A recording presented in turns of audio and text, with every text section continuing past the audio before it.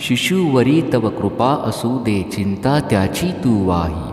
दृष्ट नजर त्या कधी न लागो, ग्रहादी पीडा तू तोडी.